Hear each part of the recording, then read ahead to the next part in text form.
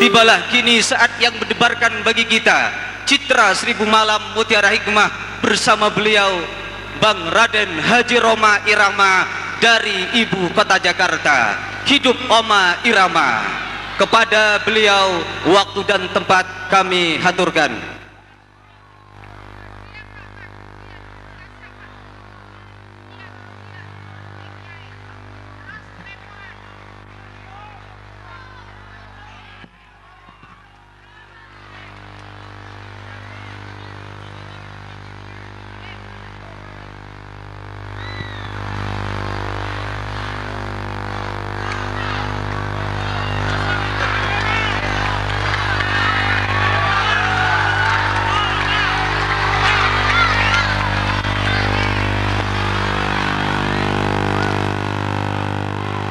Assalamualaikum warahmatullahi wabarakatuh.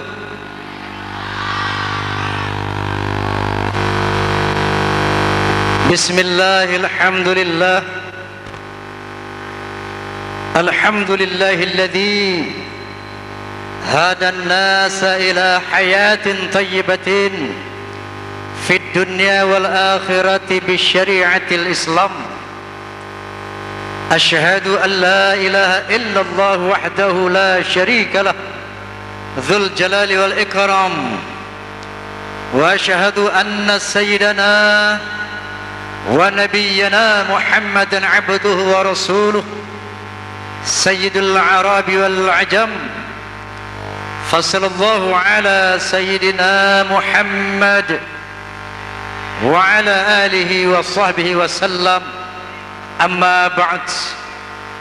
Al-mukarramun para alim ulama, wabil khusus sahibul hajah Bapak Kiai Haji Syaifuddin Zuhri yang saya cintai, bapak-bapak pejabat sipil TNI maupun Polri yang saya hormati, hadirin wal hadirat, terutama para kaula muda, kaula mudi, harapan agama, bangsa dan negara yang saya banggakan. Dharma beres, semuanya baik, semuanya sehat, semuanya iman yang benar, semuanya iman. Kenapa? Karena yang namanya iman tidak sama dengan Islam. Betul? Apa? Kalau orang beriman sudah pasti Islam. Tapi orang Islam belum tentu beriman. Sebagaimana satu kisah yang diabadikan oleh Allah Subhanahu wa taala di dalam Al-Qur'anil Karim. Qalatil a'rabu amanna.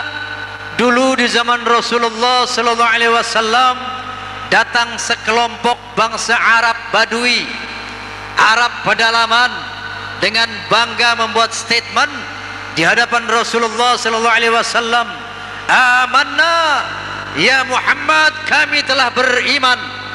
Namun belum lagi Rasulullah sallallahu alaihi wasallam berkomentar, Allah berfirman, qul lam tu'minu walakin qulu aslamna walamma yadkhulul imanu fi qulubikum. Kata Allah Subhanahu wa taala, ya Muhammad, katakan kepada mereka, kamu belum beriman, kamu baru Islam, belum masuk iman ke dalam dadamu. Nah, mudah-mudahan yang pada malam hari ini yang status keberagamaannya masih Islam ditingkatkan Allah Subhanahu wa taala menjadi beriman. Amin. Amin. Dan yang sudah beriman mudah-mudahan ditambah-tambahkan keimanannya. Amin. Allahumma amin. Allahumma. Ini tolong. Malam hari ini kita mengadakan tabligh akbar dalam rangka mengantisipasi situasi bangsa sebagai tantangan kita umat mayoritas, yaitu umat Islam. Sebagaimana kita ketahui, kita masih berada di dalam krisis multidimensional. Gimana Bang G? Gimana Bang G? Ini tantangan yang pertama yang harus kita jawab. Tantangan yang kedua, kita tengah menghadapi yang namanya tantangan eksternal, era globalisasi. Juga ini harus kita jawab.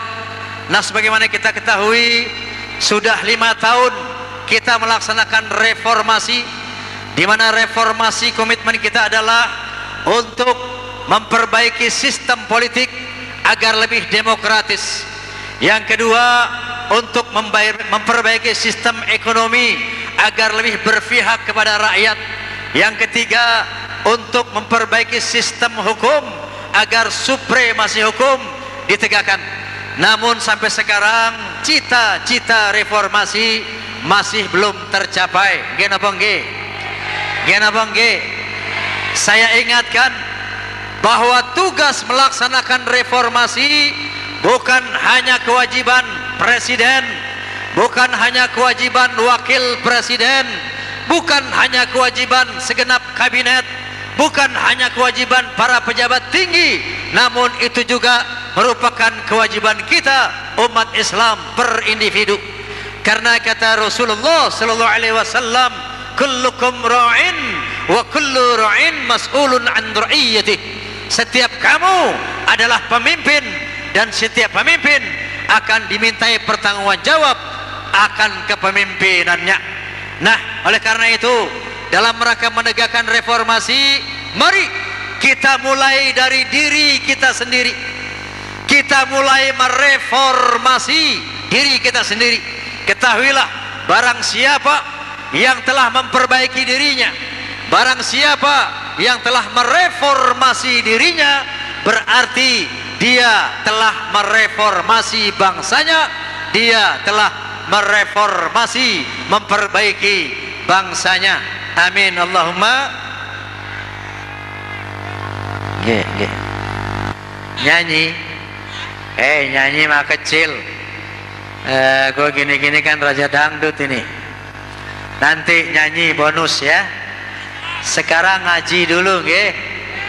Nanti nyanyi jam 3 ya. Ya, kita ngaji dulu, nanti kita nyanyi. Ya. Kenapa? Iya, kita nyanyi dulu. Nah, tantangan yang harus kita jawab bahwa kita masih berada dalam krisis ekonomi sekarang ini. Betul apa betul? Saya mau tanya Pak, harga-harga makin turun apa makin naik sekarang ini? Makin naik. Saya mau tanya, harga minyak tanah, minyak goreng naik apa turun? Naik. Yang namanya sayur-sayuran, buah-buahan naik apa turun? Naik. Gula kopi, susu, susu naik juga. Harganya maksudnya, naik. Nah, saya mau tanya, mau keluar dari krisis multidimensi, mau keluar dari krisis ekonomi, satu kata cuman, jawabannya takwa. Apa? Takwa. Apa itu takwa? Imtithalu awamirillah wajtinabu nawahihi. Laksanakan seluruh perintah Allah dan jauhkan larangannya. Orang yang melaksanakan perintah Allah dan menjauhkan larangan Allah, maka dia bertakwa. Orang yang takwa secara individual, Allah Subhanahu wa taala berjanji, "Wa may yattaqillaha yaj'al lahu makhraja wa yarzuqhu min haitsu la yahtasib." Kata Allah Subhanahu wa taala, barang siapa yang bertakwa kepada Allah, maka akan aku berikan jalan keluar dari berbagai macam kesulitan hidup, dan akan aku berikan rizki dari jalan yang tidak diduga-duga. Amin. Amin. Jadi untuk keluar dari kesulitan hidup secara perorangan, mari kita tingkatkan takwa kepada Allah Subhanahu wa ta'ala. Dan secara makro sebagai bangsa, Allah Subhanahu wa taala berfirman, "Lau anna ahlal qura amanu wattaqau lafatahna 'alaihim barakatin minas sama'i wal ard." Seandainya penduduk sebuah negeri beriman dan bertakwa kepada Allah Subhanahu wa taala, maka kata Allah, akan aku bukakan pintu-pintu keberkahan dari langit dan dari bumi. Jadi kesimpulannya, kalau mau keluar dari krisis ekonomi, kalau mau keluar dari krisis multidimensional, jawabannya hanya satu. Yuk kita tingkatkan takwa kita kepada Allah Subhanahu wa taala. Amin Allahumma. Tapi biasanya kalau diajak takwa ini anak muda rada susah ini. Ini desa apa namanya, Pak? Hah? Nambru Alif. Tambru Alif. Ya.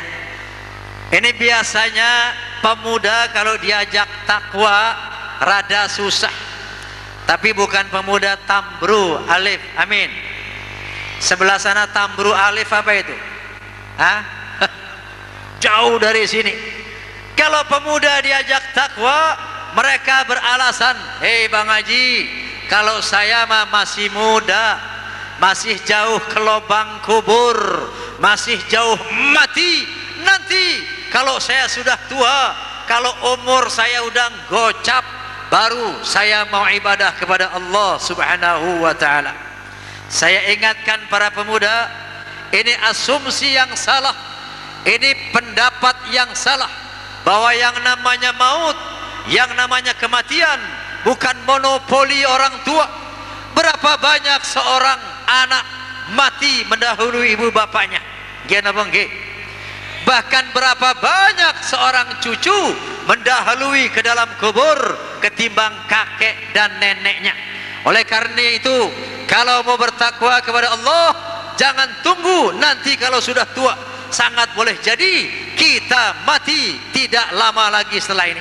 Nah, oleh karena itu, mari tingkatkan takwa kita justru selagi kita masih muda. Kenapa? Di samping umur kita nggak tahu kapan datangnya, Allah lebih menyintai seorang pemuda yang bertakwa ketimbang seorang tua yang bertakwa. Kenapa? Kalau orang sudah tua, umurnya misalnya sudah kepala 87, 85, bertakwa kepada Allah itu soal biasa, betul? Itu enggak hebat, betul? Orang wis tuwek mau kemana lagi kalau tidak bertakwa kepada Allah, betul? Tapi kalau ada seorang pemuda masih sehat badannya, masih kuat badannya, syahwatnya masih tinggi, dia bisa bertakwa kepada Allah Subhanahu wa taala. Inilah manusia yang lebih dicintai oleh Allah. Qala an-nabiy sallallahu alaihi wasallam, "Inna Allah yubahi malaikatu bisyabil 'abid fayaqulu ayyuha asy-syabu at-tariku syahwatahu li ajli al-mubadhdhilu shababahu li anta 'indi ka ba'di malaikati."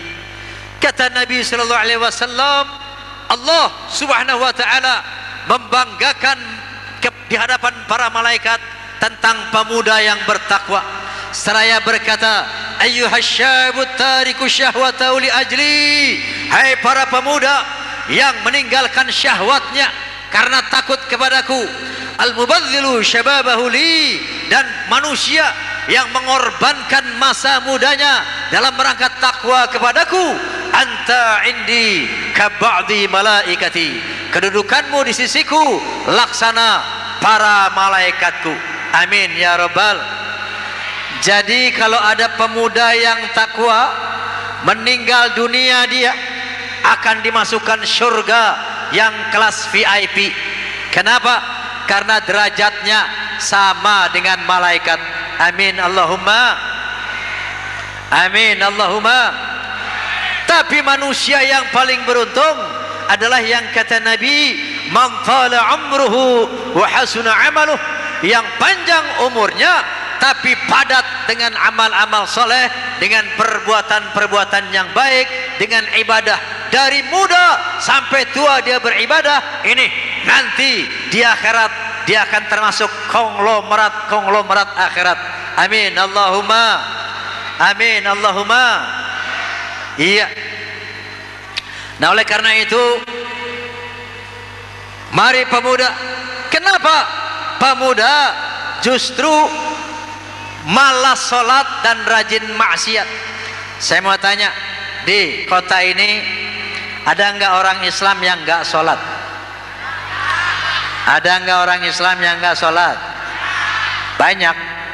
Inna lillahi wa inna ilaihi. Saya mau tanya, di kota ini ada nggak umat Islam yang justru rajin maksiat? Yang suka mabuk-mabukan ada nggak? Yang suka pasang togel ada apa enggak? Banyak. Oke. Kenapa ada umat Islam malas sholat, bahkan sebaliknya rajin maksiat? Sebabnya cuman satu, Pak. Sebabnya cuman satu, Bu, yaitu ragu-ragu. Kenapa? Ragu-ragu. Dia ragu terhadap keberadaan Allah Subhanahu wa ta'ala. Dia ragu-ragu tentang adanya hari akhirat. Dia ragu-ragu tentang adanya surga dan neraka. Menurut fikirannya, apa iya deh yang namanya Tuhan Allah itu ada? Kalau ada kok nggak pernah saya lihat. Ini saya kasih tahu, penduduk bumi jumlahnya kurang lebih 6 miliar. Berapa? 6 miliar. Sepertiga dari penduduk bumi, yaitu orang-orang komunis, orang-orang ateis. Dia tidak percaya bahwa ada Tuhan, lantaran Tuhan tidak bisa dilihat oleh mata. Menurut mereka, sesuatu yang tidak bisa dilihat, yang tidak bisa diraba, sama dengan tidak ada. Saya bilang, orang seperti ini TOLOL alias goblok. Kenapa enggak goblok? Bayangkan saja, dia bilang yang tidak kelihatan sama dengan tidak ada. Sekarang saya mau tanya, angin kelihatan apa enggak? Angin kelihatan apa enggak? Tapi angin ada apa enggak? Ada. Walaupun enggak kelihatan, angin ada. Mau lihat angin, bukan pakai mata, goblok, tapi pakai kulit. Nah, tiup, ya, kipas, tuh, terasa ada angin. Jadi mau melihat angin bukan pakai mata, tetapi pakai kulit. Nih, saya mau tanya, rasa asam, manis, pahit, asin ada apa enggak? Ada apa enggak? Rasa kelihatan apa enggak? Enggak kelihatan. Mau lihat rasa bukan pakai mata, goblok, tapi pakai lidah. Dengar, तुम पास आए यूं मुस्कुराए तुमने न जाने क्या सपने दिखाए. Apa itu? Lagu, suara. Saya mau tanya, suara ada apa enggak? Ada, tapi enggak kelihatan. Kenapa enggak? Suara ada, namun enggak kelihatan. Mau lihat suara, bukan pakai mata, goblok, tapi pakai telinga. Begitu juga mau lihat Allah Subhanahu wa ta'ala, bukan pakai mata, tapi pakai akal, pakai otak, pakai akal, pakai akal, pakai akal, pakai. Makanya kata Nabi sallallahu alaihi wasallam, tafakkaru fi khalqillah wa la tatafakkaru fi dzatillah. Renungkan ciptaan Allah, nanti kamu akan kenal, akan yakin bahwa Allah ada. Jadi mau melihat Allah bukan pakai mata, tapi pakai akal. Nah, Allah mengajak kita merenungkan pohon. Kata Allah Subhanahu wa ta'ala, afara'aitum ma tahruthun. Tidakkah kamu perhatikan pohon-pohon yang kamu tanam? Tuh. Afara'aitum ma tahruthun. Tidakkah kamu perhatikan pohon-pohon yang kamu tanam? Nih lihat, pohon jambu, pohon rambutan, pohon pepaya, pohon duren, dan lain-lain sebagainya. Coba perhatikan kata Allah. Kemudian Allah bertanya, a antum tazra'unahu am nahnu zari'un? Kamukah yang menumbuhkan pohon itu ataukah Allah yang menumbuhkan? Siapa yang menumbuhkan pohon, Pak? Siapa yang menumbuhkan pohon? Allah. Kita manusia cuma pandai melempar biji pepaya.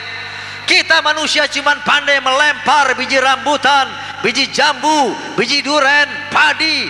Namun setelah itu kita tidak pernah berpikir siapa yang menumbuhkan pohon pepaya, siapa yang menumbuhkan pohon-pohon yang memberikan buah sepanjang zaman tanpa hitungan. Ini dipertanyakan oleh Allah Subhanahu wa ta'ala agar mata kita melek bahwa Allah ada. Faham? Faham? Sudah yakin ada Allah? Masih kendor. Mari malam ini kita lenyapkan keraguan-raguan kita terhadap keberadaan Allah. Satu lagi firman Allah yang membuktikan bahwa Allah ada. Allah berfirman, ya ayyuhan nas in kuntum fi raibin minal ba'thi fa inna khalaqnakum min turab thumma min nutfah thumma min 'alaqah thumma min mudghatin mukhallaqatin wa ghairi mukhallaqah linubayyana lakum. Kata Allah Subhanahu wa ta'ala, ya ayyuhan nas, hai manusia, in kuntum fi raibin minal ba'thi, kalau kamu ragu-ragu tentang hari kebangkitan, kalau kamu ragu-ragu tentang adanya surga dan neraka, coba perhatikan bagaimana dirimu diciptakan. Kata Allah, aku ciptakan kamu min nutfah, dari nutfah. Tahu nutfah? Nutfah itu sperma. Tahu sperma? Sperma itu air mani. Tahu air mani? Cah cilik menang. Apa sperma? Ya, tahu air mani, Dik? Mau tahu air mani, Dik? Air sagu campur garam. Kata Allah, coba perhatikan bagaimana diri kita diciptakan. Kata Allah, kamu aku ciptakan dari air mani, thumma min 'alaqah, kemudian air mani tadi aku proses menjadi segumpal darah, thumma min mudghah, kemudian darah tadi aku proses menjadi segumpal daging, wa nuqirru fil arhami ma nasya ila ajalin musamma, kemudian daging tadi aku ukir di dalam rahim ibumu sampai waktu yang ditetapkan, yaitu 9 bulan 10 hari. Bapak ibu, daging tadi diukir mata buat melihat, diukir telinga buat mendengar, dibuatkan bibir buat berkata-kata, dibuatkan paru-paru buat mengatur peredaran udara, dibuatkan jantung buat mengatur peredaran darah. Yang laki-laki dibuatkan kelenengan, yang perempuan dibikinin empet-empetan. Faham? Ini bukan ngomong porno, tapi disuruh tafakur, ya. Jangan cuman bisa pakai aja siang malam dipakai, tapi renungkan, fikirkan bagaimana proses penciptaan tubuh kita. Kata Allah Subhanahu wa ta'ala, thumma nukhrijukum tifla. Setelah dari sperma menjadi darah, menjadi daging, diukir di dalam rahim ibu kita, setelah sempurna maka aku keluarkan kamu sebagai bayi. Sebuah pertanyaan, siapa yang bikin bayi? Apakah bapak yang bikin anak, Pak? Bukan. Kalau bukan bapak, barangkali ibu yang bikin anak? Bukan. Kalau bukan bapak, bukan ibu yang bikin bayi, siapa yang bikin bayi? Siapa yang bikin bayi? Allah Subhanahu wa ta'ala. Tapi hal ini dibantah oleh orang-orang komunis, oleh orang-orang ateis. Mereka mengatakan, yang namanya manusia nggak ada yang menciptakan, alam nggak ada yang menciptakan, semua terjadi secara evolusi, proses kebetulan alias kebenaran. Orang yang begini saya bilang TOLOL alias goblok. Jangankan tubuh yang begini dahsyat, jangankan langit yang begitu dahsyat. Saya mau tanya, nih yang saya pegang nih apa namanya? Bukan mic. Kalau mic itu pesawat tempur, ya. Ini namanya mic. Apa? Mic apa? Mike Tyson. Mike Tyson apa tinju, euy. Ini namanya mikrofon. Apa? Mikrofon. Saya mau tanya, tolong jawab dengan spontan. Mikrofon ini ada yang bikin apa tidak? Ada yang bikin apa tidak? Yakin? Nih hukum akal.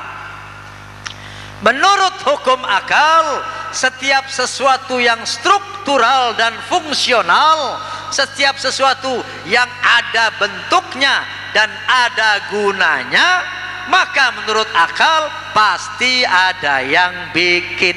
Gini bongge, kita nggak perlu tahu di mana yang bikin loudspeaker, siapa yang bikin ini, pokoknya ada bentuknya, ada gunanya. Kata akal pasti ada yang. Saya mau tanya, lebih hebat mana mikrofon sama mata? Lebih hebat mana mikrofon sama paru-paru? Lebih hebat mana mikrofon sama jantung? Bu, lebih hebat mana bu? Mikrofon sama kelenengan? Kelenengan. Bu, kalau ditanya mau pilih mana, mikrofon apa kelenengan? Pilih mana bu? Kelenengan. Jadi kalau mikrofon ada yang bikin, kelenengan yang lebih canggih ada yang bikin apa tidak? Kalau mikrofon ada yang bikin, jantung, paru-paru, manusia ini ada yang bikin apa tidak? Itu hukum akal. Siapa yang bikin? Allah subhanahu wa ta'ala. Yakin? Yakin? Ini namanya iman. Mudah-mudahan malam hari ini yang tadinya ragu-ragu tentang keberadaan Allah sudah yakin dengan jalan tafakkur. Amin. Amin ya rabbal.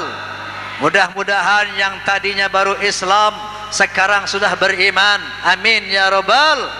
Mudah-mudahan yang sudah beriman bisa melaksanakan perintah Allah dan menjauhkan larangan Allah. Amin Allahumma amin. Nah hadirin, yang kedua, tantangan global.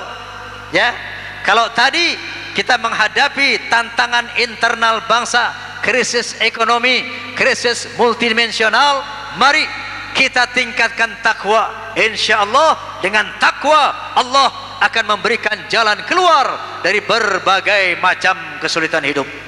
Dan tantangan yang kedua, tantangan global. Kita tengah berada di era globalisasi. Apa itu globalisasi? Hah? Asal katanya global, artinya global itu dunia. Artinya globalisasi mendunia. Artinya apa? Di era globalisasi ini seluruh bangsa-bangsa di dunia, seluruh manusia di dunia bersatu, membaur menjadi masyarakat internasional, bersatu membaur menjadi masyarakat dunia. Makanya salah satu ciri daripada globalisasi adalah borderless state, lenyapnya batas-batas negara secara politik, secara ekonomi, secara budaya. Enggak ada lagi batas-batas negara. Kita sebagai bangsa Indonesia telah membaur dengan bangsa-bangsa lain dalam arti politik, ekonomi, dan budaya. Contoh, di bidang ekonomi, ya, kita tengah memasuki yang namanya perekonomian global. Tahun 2003 ini Pak, kita telah masuk yang namanya AFTA, Asia Free Trade Area. Artinya perdagangan bebas antara negara-negara di Asia. Artinya apa? Orang-orang Asia bebas dagang di Indonesia, begitu juga orang-orang Indonesia bebas dagang di Asia. Nanti 2010 akan ditingkatkan lagi menjadi APEC, Asia Pacific Economic Conference, yaitu perdagangan bebas antara negara-negara di kawasan Asia Pasifik, lebih luas lagi. Nanti tahun 2020 akan terjadi perekonomian global total, yaitu WTO, yang artinya World Trade Organization, perdagangan bebas antara negara-negara di seluruh dunia. Artinya apa Pak, Bu? Kita sebagai bangsa Indonesia telah memasuki persaingan dunia di dalam bidang ekonomi. Nah, makanya kita bukan lagi orang Madura bersaing dengan orang Jawa. Orang Madura tidak lagi bersaing dengan orang Sumatera di dalam perdagangan, tapi kita bersaing dengan orang-orang Amerika, bersaing dengan orang Inggris dan lain sebagainya. Contoh, di sini ada tukang ayam goreng nggak? Ada tukang ayam goreng. Sadar bahwa Anda tengah bersaing dengan ayam goreng buatan Amerika. Tuh, Kentucky Fried Chicken. Di sini ada nggak Kentucky Fried Chicken? Nah, itu ayam goreng buatan Amerika, ya. Artinya orang Amerika sudah dagang ayam goreng di Madura. Artinya orang tukang ayam goreng Madura telah bersaing dengan orang Amerika dalam memasak dan menjual ayam goreng. Seandainya ayam goreng Madura nggak enak, kalah dengan Kentucky Fried Chicken. Kenapa nggih? Ini persaingan di bidang ekonomi. Kemudian persaingan di bidang budaya. Tuh lihat, yang namanya kebudayaan asing, kebudayaan Amerika, siang malam 24 jam masuk ke rumah kita, ditonton anak-anak kita lewat televisi. Betul? Lewat film-film cowboy, film western. Amerika mempropagandakan pola hidup, pola fikir, pola pakaian, bahkan agama mereka propagandakan siang malam lewat televisi. Nih yang namanya globalisasi. Kemudian yang namanya kebudayaan Cina, mereka mempropagandakan pola hidup, pola pakai, pola makan, agama mereka lewat film-film Cina, diantaranya lewat film-film Jet Li. Anak-anak kenal sama Jet Li apa enggak? Tahu Jet Li? Sayyidina Ali? Ini bapak-bapak, ibu-ibu, awas ya. Ini kalau era globalisasi kita tidak antisipasi dengan baik, akibat pengaruh globalisasi lewat televisi, sangat boleh jadi anak-anak kita lebih kenal, lebih bangga kepada Jet Li ketimbang kepada Nabi. Na'udzubillahimin. Na'udzubillahimin. Oleh karena itu, ibu, bapak, mari kita didik anak-anak kita sejak dini, berikan dia pelajaran agama selain dari pelajaran umum. Oleh karena itu, sistem pendidikan pesantren, sistem pendidikan madrasah itu adalah sistem pendidikan yang sangat ideal untuk menghadapi persaingan global. Karena di pesantren ini, di madrasah-madrasah, anak-anak kita di samping diberikan ilmu pengetahuan, mereka juga akan diberikan ilmu agama, sehingga bukan hanya kepalanya yang diisi dengan ilmu pengetahuan dan teknologi, tetapi dada mereka juga akan diisi dengan iman dan takwa. Nah, cuman dengan dua hal inilah kita bisa berhasil menghadapi persaingan global. Allah Subhanahu wa taala berfirman, "Yarfa'illahu alladhina amanu minkum walladzina utul ilma darajat." Allah akan meningkatkan derajat manusia yang berilmu pengetahuan dan yang beriman. Jadi iman dan takwa tidak boleh dipisahkan dengan ilmu pengetahuan dan teknologi. Teknologi di kepala, iman dan takwa di dalam dada harus sama-sama kita rebut, kita pelajari. Nah, oleh karena itu sistem pendidikan pesantren yang didirikan oleh Kiai Haji Syafi'i, maksud saya Saifuddin Zuhri, ini adalah suatu peluang buat kita. Mari kita dukung beramai-ramai pesantren ini. Mari sekolahkan anak-anak kita di pesantren, sehingga dengan demikian insya Allah mereka akan mampu menghadapi persaingan global. Amin Allahumma, amin Allahumma. Belum lagi yang namanya kebudayaan India. Siang malam masuk ke rumah kita lewat televisi. Kenapa nggih? Pak, sering nonton film India di televisi, Pak? Suka apanya, Pak? Jogetnya. Suka apanya? Lagunya. Oh, lagu India memang bagus ya. Milenge tumse तो बताएंगे कि कितना प्यार है हमें. Begitu kan? Begitu. मिलेंगे तुमसे तो बताएंगे कि कितना प्यार ये हमें. ओ साहिबा, ओ साहिबा, ओ साहिबा, ओ साहिबा. Suka lagu India? कैसे कटी यादी, कैसे कटी वो दिन, कैसे जिए तन्हा, कैसे रहे तेरे बिन. चारों तरफ पहली दर्द की तन्हाई, शाम शहर हमको याद तेरी आई.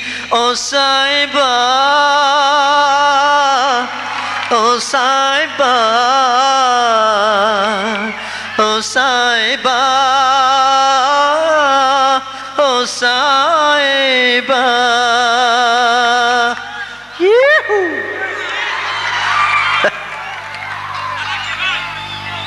Suka lagu India? Suka? Ngerti? Enggak. Enggak ngerti lagu India. Bahasa India enggak ngerti. Sama. Lagu India boleh saja dinyanyikan, tapi jangan ikut-ikut cara mereka beragama. Di India tahu yang namanya sapi, tahu sapi? Nah, di sini tempat karapan sapi. Betul? Betul. Tahu nggak di India yang namanya sapi disembah sebagai Tuhan? Sapi. Apalagi sapi. Makanya hati-hati di era global ini, harus pandai pilih yang mana yang baik kita serap, yang tidak baik kita campakkan jauh-jauh. Nyanyi India boleh, tapi kaum wanita jangan tiru cara mereka berbusana. Di sana di India yang namanya udel pameran. Kenapa nggih? Mereka boleh saja memamerkan yang namanya udel, itu kebudayaan mereka. Di barat yang namanya Jennifer Lopez, yang namanya Britney Spears, yang namanya Shakira mempertontonkan aurat, itu budaya mereka. Tapi di sini kita umat Islam, buat umat Islam yang namanya aurat itu haram. Mau tahu aurat? Aurat ada 3 macam. Ada berapa? Ada 3. Yang pertama aurat qauliyah, artinya ucapan-ucapan yang tidak boleh diucapkan, ucapan-ucapan jorok, ucapan-ucapan porno, itu namanya aurat qauliyah, haram diucapkan. Nah yang kedua yang namanya aurat badaniyah, yaitu bagian-bagian tubuh yang tidak boleh dipertontonkan.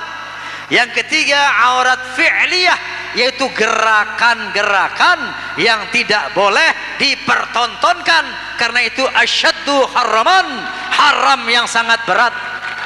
Jadi yang namanya goyang-goyang ngebor, goyang ngecor, goyang segala macam, ini namanya aurat fi'liyah yang hukumnya asyaddu haraman, haram yang sangat berat, haram yang sangat besar, yang tidak boleh dipertontonkan di televisi ataupun di muka umum.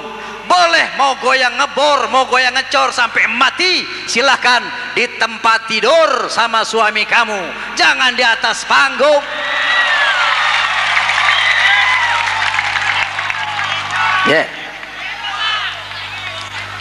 Kenapa ini diharamkan sama Allah?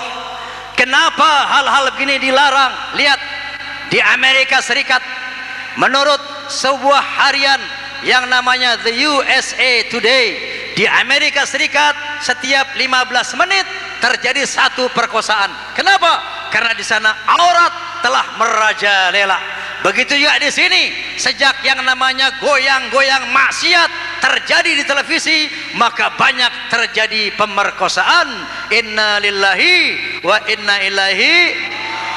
Setiap yang dilarang oleh Allah Subhanahu wa taala itu karena membawa dampak negatif buat manusia.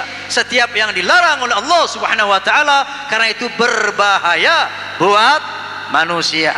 Nah, dalam hal ini alhamdulillah kita telah membuat Forgap, Forum Gerakan Anti Pornografi dan Porno Aksi, ya, di mana di dalam Forgap ini terdiri daripada 53 elemen Islam.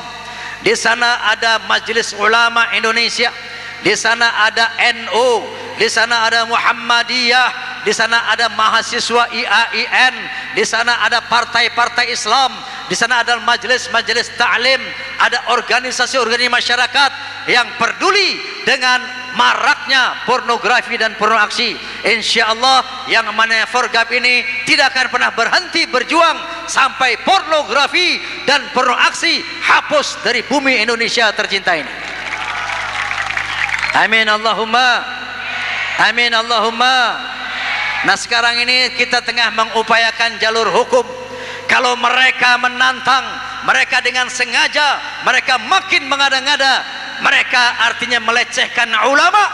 Yang namanya ulama warusatul anbiya, ulama pewaris para nabi, nabi utusan Allah Subhanahu wa taala. Barang siapa yang melecehkan ulama, menghina ulama, tidak menghormati ulama, sama dengan melecehkan nabi. Barang siapa yang melecehkan nabi, dia melecehkan Allah. Kalau sudah berani melecehkan Allah, tunggu azab Allah akan diturunkan sekarang di dunia dan nanti di akhirat. Amin, amin. Nah, ini tantangan yang harus kita jawab. Lalu kata Nabi sallallahu alaihi wasallam, "Man ra'a minkum munkaran falyughrihhu bi yadihi, fa in lam yastati' fa bi lisanihi, fa in lam yastati' fa bi qalbihi, wa dzalika adaful iman." Barang siapa di antara kamu yang melihat kemungkaran, maka cegahlah kemungkaran itu dengan kekuasaanmu, dengan jabatanmu. Oleh karena itu para pejabat, siapapun dia yang punya jabatan, harus mampu mencegah kemungkaran yang berlaku di wilayahnya. Kalau kita tidak punya jabatan, kata Nabi sallallahu alaihi wasallam, cegahlah kemungkaran itu dengan lisanmu, dengan mulutmu. Katakan itu enggak benar, itu berbahaya, itu tidak boleh, jangan diam saja. Fa in lam yastati' fa biqalbihi. Kalau kamu juga enggak bisa dengan mulut mencegah kemungkaran, maka cegahlah kemungkaran itu dengan hati, dengan doa, tidak ikut berpartisipasi di dalam kemungkaran. Wa dzalika adaful iman. Inilah selemah-lemahnya iman. Tapi alhamdulillah masih bersyukur, walaupun iman yang paling lemah tapi masih termasuk orang-orang beriman. Gini apa nggih? Namun kalau kita sudah mendukung kemungkaran, sudah tidak mau mencegah kemungkaran walaupun dengan hati, ini namanya kita sudah tidak beriman. Na'udzubillahi min dzalik. Kata Allah Subhanahu wa taala, apabila sebuah masyarakat telah menutup mata, menutup telinga, menutup mulut terhadap berbagai macam kemungkaran yang terjadi di hadapannya, maka Allah akan menurunkan azab. Kata Allah, wattaqu fitnatan la tusibanna alladhina zalamu minkum khassah. Kata Allah Subhanahu wa taala, takutlah kamu kepada azab yang akan diturunkan oleh Allah, yang tidak hanya mengenai orang-orang zalim di antara kamu saja, tapi akan mengenai orang-orang baik juga, kalau orang baik-baik tadi membiarkan kemungkaran berlaku di hadapannya. Na'udzubillahi min. Na'udzubillahi min. Jadi yang bisa kita lakukan sekarang ini, sadarilah wahai umat Islam, kita tengah diserang.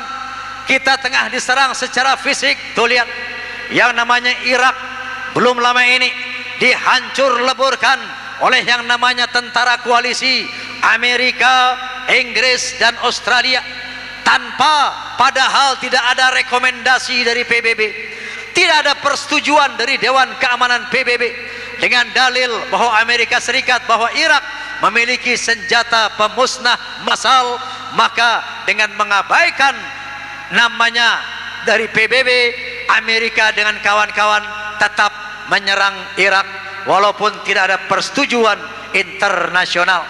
Begitu telah diserang, ternyata yang namanya senjata pemusnah massal tidak ditemukan di Irak, alias Amerika, Inggris dan Australia telah mengada-ngada, telah membuat fitnah yang cuma tujuannya ingin menguasai minyak di Irak. Ini sadari bahwa kita tengah diserang secara fisik, dan kita juga umat Islam tengah diserang secara akidah. Sekarang ini ada dilansir slogan-slogan yang mengatakan bahwa agama itu sama, semua agama baik, semua agama benar, Tuhan kita sama, Tuhan kita yang satu, cuman jalannya yang berbeda-beda. Hati-hati, ini perangkap pemurtadan. Hati-hati, ini proyek pemurtadan. Kenapa? Kalau umat Islam, apalagi orang awam, sudah terkena yang namanya pengaruh ini, bahwa semua agama sama, semua agama benar, maka dia akan berpikir semua agama masuk surga. Kalau umat Islam sudah berpikir semua agama masuk surga, maka dia akan ramai-ramai keluar dari Islam. Kenapa? Karena masuk surga lewat Islam terlalu sulit. Umat Islam mau masuk surga mesti sholat 5 waktu, harus puasa di bulan Ramadan. Nanti yang namanya kamu punya uang harus bayar zakat, bayar fitrah, nyumbang masjid. Nanti yang namanya ini nggak boleh, mabuk nggak boleh, judi nggak boleh, ngebor nggak boleh. Susah amat masuk surga lewat Islam. Kalau semua agama masuk surga, lebih baik saya pindah agama ke agama sebelah sana, yang sholatnya cuma seminggu sekali, yang mabuk boleh, ngapa-ngapain boleh, pakai pakaian mini boleh, udel ketok boleh, ngebor boleh, semua boleh. Ini artinya perangkap pemurtadan. Hati-hati, ingat firman Allah Subhanahu wa taala, qul ya ayyuhal kafirun la a'budu ma ta'budun wala antum 'abiduna ma a'bud wala ana 'abidum ma 'abadtum wala antum 'abiduna ma a'bud lakum dinukum waliyadin. Kata Allah Subhanahu wa taala, katakanlah ya ayyuhal kafirun, hai orang-orang kafir, la a'budu ma ta'budun, aku tidak menyembah apa yang kamu sembah, wala antum 'abiduna ma'bud, dan kamu tidak menyembah apa yang aku sembah, wala ana 'abidum ma'abadtum, aku tidak menyembah sesembahanmu, wala antum 'abiduna ma'bud, dan kamu tidak menyembah sesembahanku, lakum dinukum waliyadin. Agamamu untukmu, agamaku untukku. Agamamu tidak sama dengan agamaku. Faham?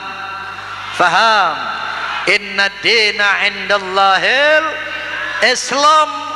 Agama yang diridhoi di sisi Allah hanya Islam. Kata Allah Subhanahu wa taala, "Wa man yabtaghi ghairal islami dinan fala yuqbala minhu wa huwa fil akhirati minal khasirin." Apabila ada manusia yang coba-coba mengambil agama selain Islam, maka tidak akan diterima, dan di akhirat dia akan termasuk orang yang merugi. Kenapa Islam yang diridhoi oleh Allah Subhanahu wa taala? Kenapa Islam satu-satunya agama yang diridhoi oleh Allah Subhanahu wa taala? Karena Islam bukan kafir, bukan orang yang mengingkari. Coba lihat rukun iman.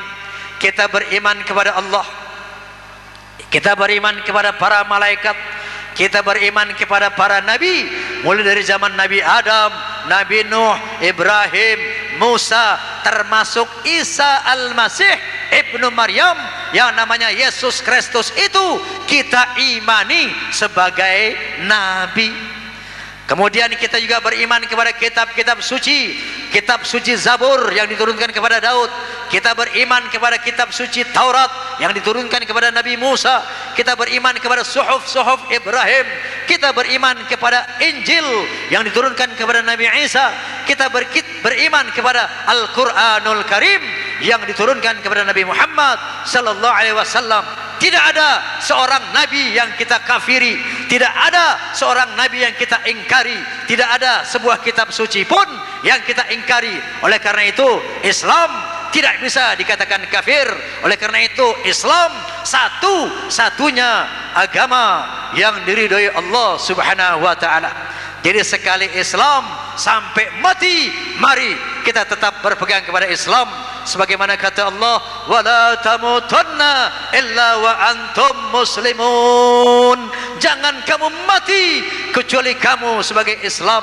Amin Allahumma, amin Allahumma. Ini kita tengah diserang secara akidah, dan kita juga tengah diserang secara budaya. Ada kelompok-kelompok yang namanya kapitalis, ada yang namanya kelompok-kelompok sekularis. Orang-orang sekuler tengah memaksakan memasukkan nilai-nilai yang tidak islami ke dalam televisi. Mereka memaksakan nilai-nilai yang merusak moral ke dalam televisi. Contoh, pola berpakaian. Mereka ingin menjadikan sesuatu yang enggak biasa menjadi biasa. Dulu di televisi yang namanya you can see, tahu you can see Pak? Itu pakaian tangan buntung. Dulu tabu, nggak boleh di televisi. Tapi mereka paksakan supaya umat Islam terbiasa dengan wanita pakaian buntung. Setelah terbiasa, ditingkatkan lagi menjadi pakaian setali. Wanita pakai baju cuma tali satu doang, ya. Tadinya nggak biasa, tapi mereka jejali terus sampai umat Islam menjadi terbiasa dengan wanita pakaian tali satu. Setelah terbiasa dengan tali satu, mereka tingkatkan lagi, wanita cuma pakai kemben doang. Tahu kemben? Nggak ada talinya, dadanya nampak kemana-mana. Ini tidak biasa, tapi mereka paksakan terus mereka jejali ke dalam televisi. Akhirnya umat Islam menjadi terbiasa. Setelah biasa dengan pakaian tali satu, terbiasa dengan kemben, ditingkatkan lagi. Pusar sekarang dipertontonkan. Wanita-wanita di televisi mempertontonkan perut yang mana tadi tidak biasa, akhirnya sekarang menjadi biasa. Mereka mencoba memasukkan nilai-nilai yang tidak islami. Begitu juga gerakan-gerakan pornografi, porno aksi, mereka paksakan, dijejali terus dalam televisi agar masyarakat Muslim Indonesia menjadi masyarakat yang permisif, menjadi masyarakat yang bisa menerima apa saja termasuk perbuatan-perbuatan haram. Waspada, ini yang tengah mereka lakukan kepada kita. Oleh karena itu Bu, Pak, saya ingatkan, minimal kita harus berbuat. Cara berbuatnya bagaimana Pak? Bagaimana Bu? Kalau lihat televisi ya Bu, ada yang goyang-goyang maksiat, ganti channel, pindah channel, nggih Bu nggih. Kalau pindah channel masih goyang-goyang maksiat juga, pindah lagi channel yang lain. Kalau masih goyang lagi, pindah lagi, terus pindah. Kalau sudah dipindahkan semua channel pada bergoyang maksiat, maka matikan itu televisi.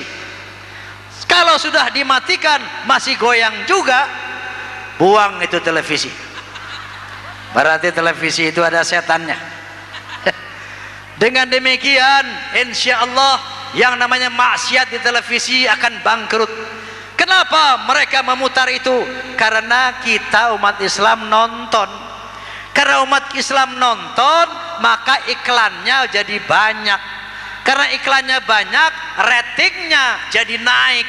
Karena ratingnya naik, mereka suka memutar hal-hal yang maksiat. Seperti di RCTI ada yang namanya kelambu, berbagai macam kemaksiatan mereka pertontonkan di jam-jam 12 ke atas. Ada yang namanya bantal dan lain sebagainya. Ini kalau umat Islam yang merupakan mayoritas bangsa ini tidak nonton kemaksiatan di televisi, insya Allah iklannya akan berkurang, iklannya akan habis, ratingnya akan turun, lama-lama dia bangkrut dan tidak akan memutar kemaksiatan lagi. Amin Allahumma, amin Allahumma. Nyanyi, mau nyanyi? Oke. Saya mau nyanyi, tapi sebelum menyanyi saya mau minta duit. Bukan buat saya, ya.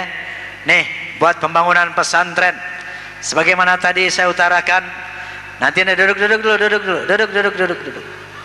Saya sudah katakan tadi, yang namanya pesantren, madrasah, masjid itu benteng akidah kita, benteng moral, benteng iman, benteng akhlak dari serbuan pengaruh negatif era globalisasi lewat televisi. Nah, oleh karena itu tiap daerah, kalau perlu tiap kelurahan, umat Islam harus punya pesantren, umat Islam harus punya masjid. Karena pesantren inilah benteng akidah kita dari serbuan kristenisasi, dari serbuan moral yang buruk yang masuk lewat televisi. Nah, oleh karena itu kita harus bangun ini sama-sama. Bapak Kiai kita cuma memprakarsai saja. Tanpa dukungan kita umat Islam, mustahil pesantren ini bisa berdiri. Kenapa nggih? Ini yang pertama. Dan yang kedua, kita infak ini sebagai keluar dari krisis ekonomi, sebagai terobosan. Saya mau tanya Pak, Bu, di era krisis ini ada nggak Bu dagang yang untungnya 100 kali lipat? Dagang apa? Nggak ada di zaman krisis dagang untung yang 100 kali lipat. Kenapa nggih? Sekarang mau saya tawarkan Bu, dagang yang untungnya 700 kali lipat. Mau Bu? Mau? Dagang dengan Allah. Caranya bagaimana? Infak fi sabilillah. Kata Allah Subhanahu wa taala, "Mathalul ladzina yunfiquna amwalahum fi sabilillah kamathali habbah ambatat sab'a sanabil fi kulli sumbulatin mi'atu habbah." Perumpamaan orang-orang yang berinfak di jalan Allah sama seperti sebuah biji yang menumbuhkan 7 tangkai dan pada setiap tangkai tumbuh 100 biji. Artinya apa Pak, Bu? Orang yang berinfak di jalan Allah dijanjikan oleh Allah akan diganti, akan diberi keuntungan minimal 700 kali lipat. Percaya enggak? Yang enggak percaya kafir. Ini janji Allah, ini firman Allah Subhanahu wa ta'ala. Bahkan Allah menjanjikan lebih dari 700 kali lipat bagi siapa yang dikehendaki. Nah, oleh karena itu mari kita ambil kesempatan ini, mari kita bangun pesantren ini, mari kita bangun benteng akidah kita, benteng iman kita, benteng moral kita, sambil berinfak di jalan Allah agar rizki kita tambah makmur. Amin Allahumma. Nah, mari coba diedarkan itu ya. Mari ambil kesempatan ini sambil sama-sama kita baca salawat. Mudah-mudahan dengan pembacaan salawat nanti di akhirat kita mendapat syafaat dari Rasulullah sallallahu alaihi wasallam. Allahumma salli wa sallim wa barik alaihi.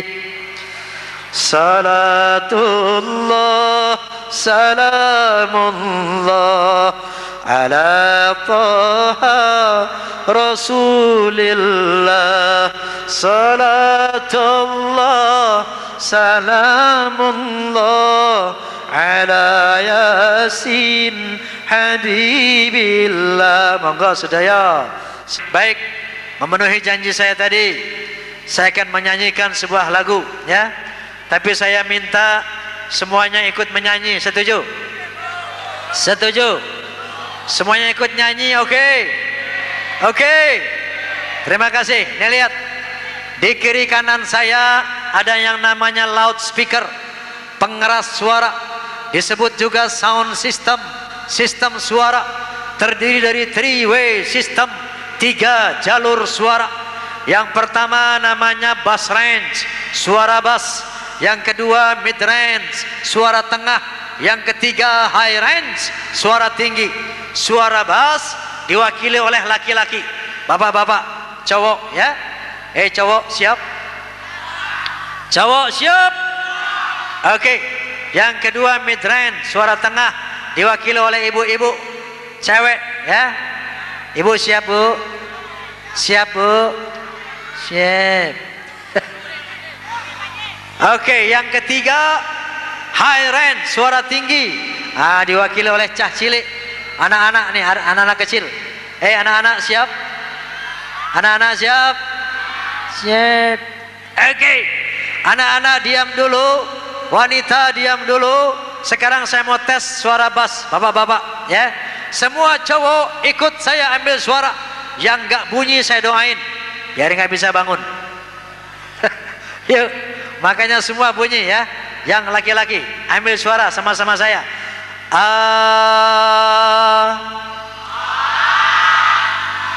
Itu namanya suara bass, ya. Sekarang perempuan, cewek, ya, mulai dari gadis sampai nenek-nenek, semua ikut saya ambil suara.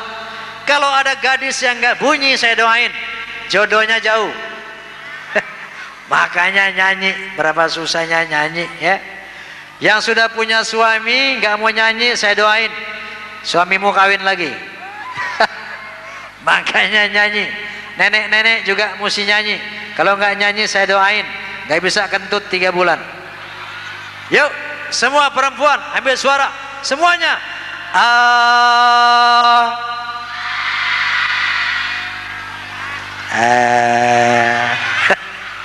Memang perempuan di mana-mana begitu, Pak. Memble. Oke, sekarang suara tinggi, high range. Anak-anak, ya. Anak-anak, yuk. Di bawah 17 tahun bunyi. Yang nggak bunyi gue sunatin 2 kali. Ayo. Ayo. Oke. Bass range, mid range, high range. Suara bass, suara tengah, suara tinggi. Bapak-bapak, ibu-ibu, anak-anak, semuanya ambil suara sama-sama. Semuanya.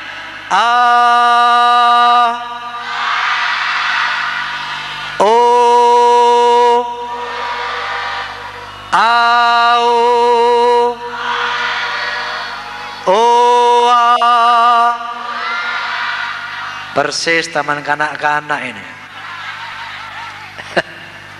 Oke, kita sudah ambil suara. Selanjutnya kita latihan kur. Latihan apa? Latihan kur. Kurnya ada 2 macam. Ada berapa, Bu? Ada 2 macam. Yang pertama namanya wirid hey. Apa? Wirid hey. Caranya begini, lihat. Kalau tangan saya jatuh bunyi hey. Gampang kan? Tangan saya jatuh bunyi hey. Gampang kan? Bisa? Coba semuanya. Iya. Kurang keras, kurang kompak.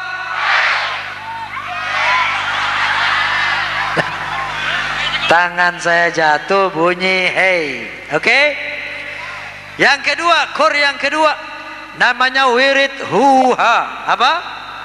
Wirid huha. Caranya begini, jumlahnya sama dengan rukun Islam 5. sama dengan Pancasila. 5, caranya lihat, dibuka dengan hu, ditutup dengan hu, diselingi dengan ha. Ya, depannya hu, buntute hu, selingane ha. Lihat 5 kali. Hu, ha, hu, ha, hu. Oh, 5 kali saja. Jangan lebih. Hu, ha, hu, ha, hu. Faham? 5 kali, jangan lebih. Buntutnya hu juga ya. Hu, ha, hu, ha, hu. Oke? Bisa? Iya, semuanya coba. Iya. Oke. Sudah siap semuanya? Sudah siap? Oke, kita menyanyi. Kalau mau melacur mana? Siap. Oke, last test. Tes terakhir. Kita latihan kur lagi, ya. Tes terakhir, latihan kur lagi. Kur yang pertama wirid hey. Kalau tangan saya jatuh bunyi hey. Coba. Lagi. Yang kedua hu, ha, hu, ha, hu. Iya. Oke. Kita menyanyi. Sudah siap? Sudah siap? Kita menyanyi. Kalau mau melacur harus pakai uang. Kalau mau berjudi harus pakai uang. Iya. Mau mabuk-mabukan harus pakai uang. Mau haram-haraman harus pakai uang. Ternyata jalan ke neraka mahal harganya. Walaupun mahal anehnya banyak yang suka. Betul? Betul? Banyak yang masih mabuk-mabukan. Banyak yang masih main judi. Hei, coba lihat betapa cintanya Allah sama manusia. Sampai-sampai yang namanya neraka ditarif dengan harga mahal. Sebaliknya yang namanya surga, tempat kenikmatan yang tiada taranya, ditarif dengan harga murah, bahkan gratis. Percaya enggak surga gratis? Kita lihat jalan-jalan menuju surga. Melaksanakan zakat hanya bagi yang mampu. Melaksanakan haji hanya bagi yang mampu.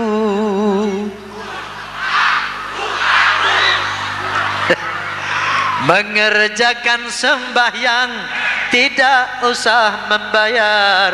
Mengerjakan puasa tidak usah membayar. Ternyata jalan yang ke surga murah harganya. Walaupun murah anehnya banyak yang ogah. Betul? Betul? Sudah tahu surga, Bu? Bu, mau tahu surga? Mau tahu surga, Pak? Allah Subhanahu wa ta'ala ada menjelaskan tentang surga secara garis besar. Di dalam satu hadis qudsi Allah berfirman, a'adatul ibadiyas salihin ma la 'ainun ra'at wa la udhunun sami'at wa la khatara 'ala qalbi bashar. Kata Allah Subhanahu wa ta'ala dalam satu hadis qudsi, aku sediakan nanti di akhirat satu tempat untuk orang-orang yang bertakwa, orang yang saleh, yang namanya surga, yaitu satu tempat kenikmatannya, keindahannya, kehebatannya tidak pernah terlihat oleh mata, tidak pernah terdengar oleh telinga, bahkan tidak bisa dihayalkan oleh akal manusia. Saking nikmatnya, saking indahnya, saking hebatnya. Nah inilah yang namanya surga.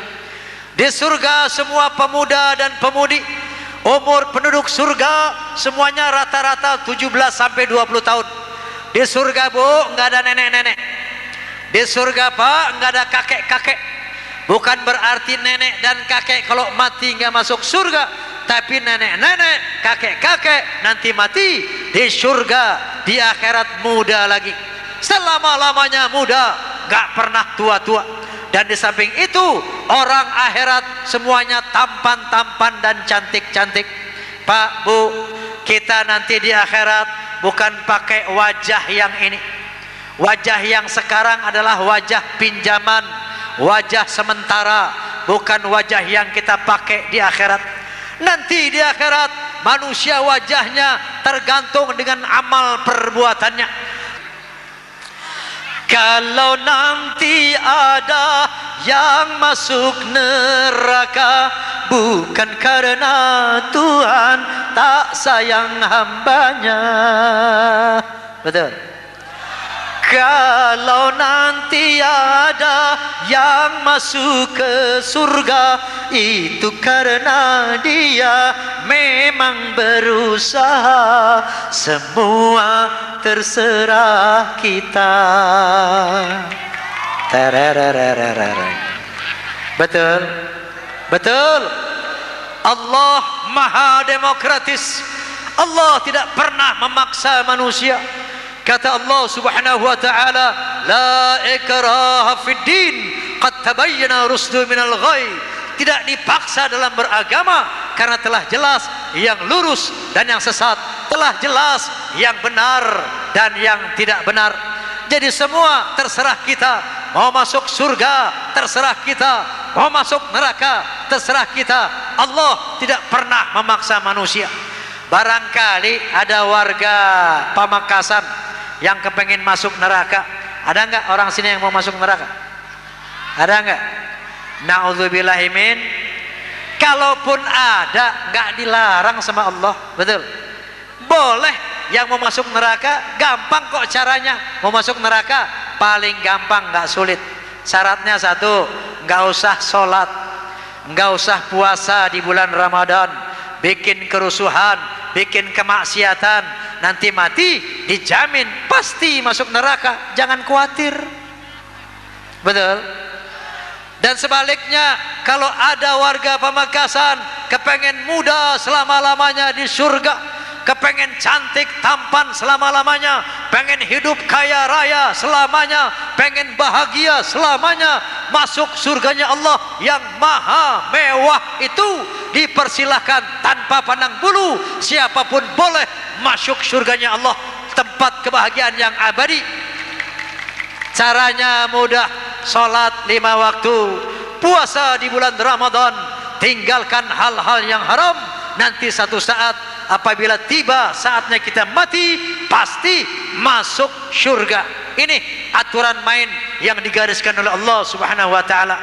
Fal yawma la tuzlamu nafsun syai'aw wa la tujzauna illa ma kuntum ta'malun. Pada hari itu, hari akhirat, tidak ada manusia yang dihukum, tidak ada manusia yang diberi pahala kecuali sesuai dengan perbuatannya masing-masing. Apa yang kita tanam di dunia itu yang akan kita petik di akhirat. Apa yang kita lakukan di dunia itu yang akan kita rasakan di akhirat. Semua yang kita terima di akhirat adalah akibat hasil dari apa yang kita lakukan di dunia ini. Ini sunatullah, ini hukum Allah. Oleh karena itu, mari sama-sama kita baca suratul Fatihah. Bibarakatil Fatihah, wabijahil Fatihah, wabisirril Fatihah, wabikaramatil Fatihah. Kita mohon kepada Allah Subhanahu wa ta'ala agar seluruh kesalahan dan dosa-dosa kita diampuni oleh Allah Subhanahu wa ta'ala. Dan semoga pada malam hari ini yang hadir di sini diberikan taufik, hidayah dan inayah dari Allah Subhanahu wa ta'ala agar dapat melaksanakan perintahnya, menjauhkan larangannya sampai mati nanti, sehingga dengan demikian kita beroleh kebahagiaan, keselamatan, kedamaian dari dunia sampai akhirat nanti.